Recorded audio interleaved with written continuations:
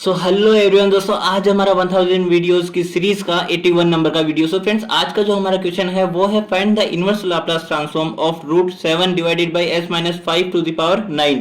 सो यहाँ पे मैं यही कहूंगा हर बार की तरह कि सर्वप्रथम इसको थोड़ा सा इज्जत से लिखो। इट मीन्स यहाँ पे क्वेश्चन क्या है, Laplace inverse of root 7 upon में s माइनस 5 की होल पावर 9। तो यहाँ पे रूट 7 एज ए कांस्टेंट मैंने बाहर ले लिया है। लाप्लास इनवर्स हमें किसका निकालना है, 1 अपॉन में s minus 5 to the whole power 9। Okay, so यहाँ पे मैं यूज में लेने वाला हूँ फर्स्ट शिफ्टिंग थ्योरम का यूज में लेंगे हम इनवर्स लाप्लास निकालने के लिए। तो आइए पहले ये बता देता हूँ कि फर्स्ट शिफ्टिंग थ्योरम क्या होती है।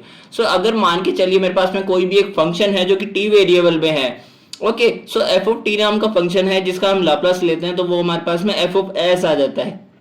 इट मीन्स यहाँ पे ये ऑलरेडी मेरे पास एक लाप्लास फंक्शन गिवन है। ओके, सो यहाँ से मैं अगर इनवर्स लेना चाहूँ तो Laplace inverse of F of S मेरे पास में क्या हो जाएगा, एफ ऑफ टी हो जाएगा। तो यहाँ से अगर मैं e to the power at के लिए लाप्लास निकालता था तो मेरे पास में क्या होता था कि Laplace of e to the power at f of t अगर मैं निकालता था तो यहाँ पे मेरे पास में क्या हो जाता था, एफ ऑफ s माइनस ए। यानी कि जो यहाँ पे अगर प्लस साइन है तो यहाँ पे s माइनस ए से रिप्लेस किया जाता था s को।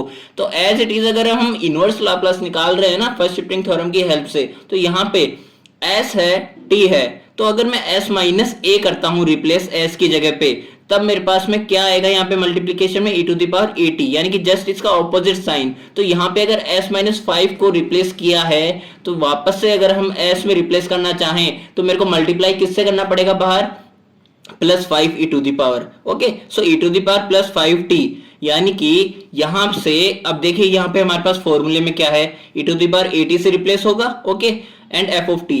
अब यहाँ पे f ऑफ t की वैल्यू मेरे पास क्या थी, Laplace inverse of f of s, तो वो मैंने एज इट इज यहाँ पे रख दी। तो अब आ जाइए हमारे पास क्वेश्चन में आ जाते हैं, ये वाली चीज जिसमें हम अप्लाई करने वाले हैं। सो यहाँ पे मेरे पास क्वेश्चन क्या था, जहां पे मैंने रूट 7 एज ए कांस्टेंट बाहर निकाल लिया था। एंड जो मैंने बात कही थी कि यहाँ पे अगर s माइनस 5 रिप्लेस हुआ है s की जगह पे, तो यहाँ पे अगर मैं s को ही वापस लाना चाहता हूं तो मेरे पास में क्या रिप्लेस करना पड़ेगा, e to the power 5t को मल्टीप्लाई में लेना पड़ेगा।